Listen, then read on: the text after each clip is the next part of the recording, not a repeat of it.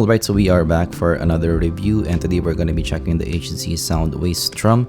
So this is a bullet style IEM dynamic driver, $50, and this is actually cheaper compared to the HZSound heart mirror that I unboxed, which I do like the vocals there. So definitely interesting here because this is a cheaper HZSound. If the tuning or the feel that you are getting here compared to the heart mirror has some similarities, this might be really nice for the price range.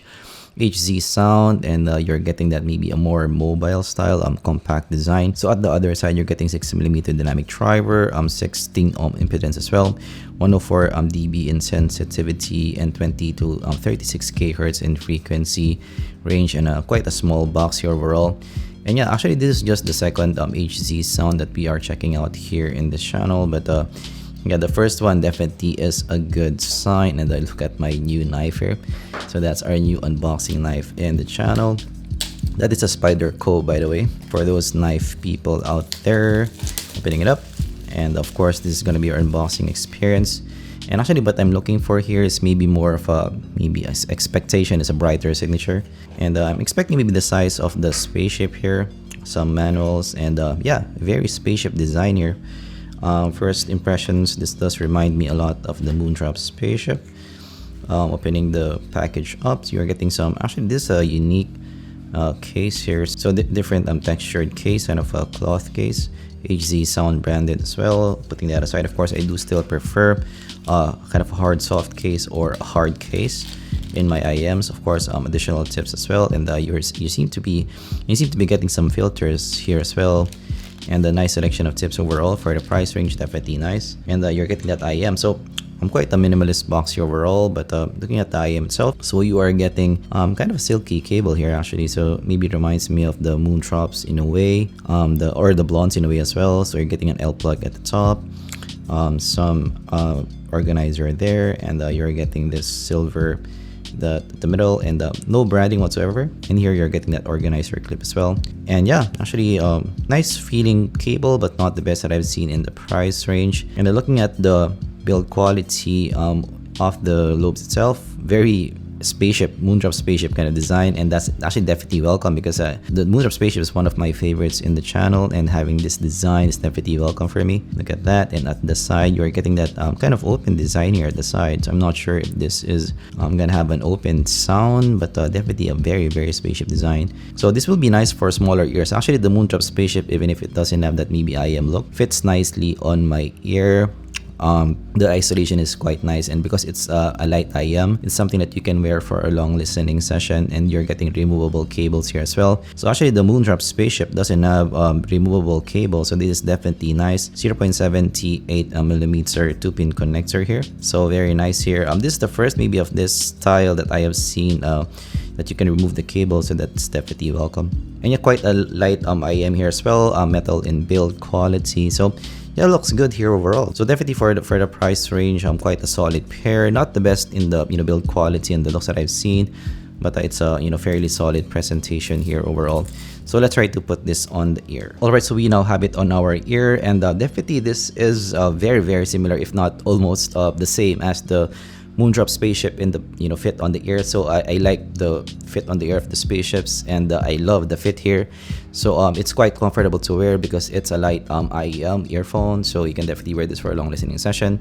Isolation is quite good as well, so it does go inside your ear, so it does provide ample isolation for you guys. And actually this is not an open back IEM, so you can hear some isolation here. And also in terms of the fit on the ear, the stability is still quite good because this does go inside your ear. Still this won't match up to maybe your IEM designs because this doesn't have some ear hooks. So the fit is not going to be equal compared to your IEM designs with ear hooks, and with maybe better fitting on the ear with the more snug fit. But this won't fall off your ear, I'd say. It does go inside your ear. So let's try to listen to some tunes. Of course, we're going to use the WM1A for our listen to today, and let's start out with some Barry Manilow Copacabana. Where's the first impressions here? This might have some similarities to the heart mirror in the tuning. So you have a lot of shine here on top, extension on top, and yeah, more of a brighter presentation as well to the ear. Maybe slight U with the treble elevation at the top. That is what I'm hearing so far. And quite a decent stage as well. So this is more in the engaging side of presentation. So this is not a bassy pair, so the bass here is quite controlled in the mix. But definitely because of that shine, that elevation on top, so it makes the sound really lively to listen to. So let's try to listen to some other tunes. Let's try some Cocaine by Eric Clapton. Yeah, again, the treble on top is definitely front and center in the mix. Actually, let's start out with the top end here. Actually, the top end has maybe small peaks there on top. So definitely really lively to listen to. And lots of air as well. So for some here in Cocaine by Eric Clapton, the guitars, definitely revealing to listen to in the mix. The cymbals, fairly nice body, not the best bodied cymbals that I've heard, but not bad. Let's try some Living on a Prayer by Bon Jovi. Yeah, here in this track, definitely the top end is again front and center in the mix. Really lively to listen to. Going to the vocals, so this slightly resets for me in the mix. So again, more of a U type of shape to the ear. And not the thickest presentation as well, so more in the clean side of presentation. And the vocals is really revealing as well. It's a bright vocal presentation. So much like the Heart Mirror, the presentation here is more bright, more revealing. But yeah, the positioning here is less than the Heart Mirror for me. And this might have actually a touch of hotness there, so it's that revealing to listen to. So this for those people who likes that revealing vocal, more of a bright vocal presentation. Maybe I'm still looking for a bit more body in the vocal, so this is not again front and center in the mix, but I like the revealing nature of the vocal here. But yeah, here as well in Bon Jovi, we weren't born to follow.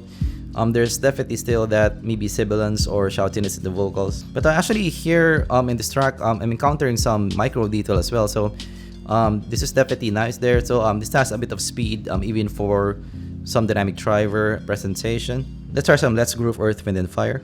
Yeah, here in Let's Groove Earth, Wind and Fire, so it opens up the stage a bit, much like other tracks that I've listened to. So the vocal is still not the fullest, so it's more in the clean side of presentation. And yeah, you have a lot of top end as well. But yeah, here I'm encountering a bit more hotness or harshness in the overall presentation. So yeah, definitely this is not for the treble sensitive crowd. So going to the bass, so this is not a bassy pair for me. So actually for me, the bass is quite controlled in the mix, but definitely the impact is there.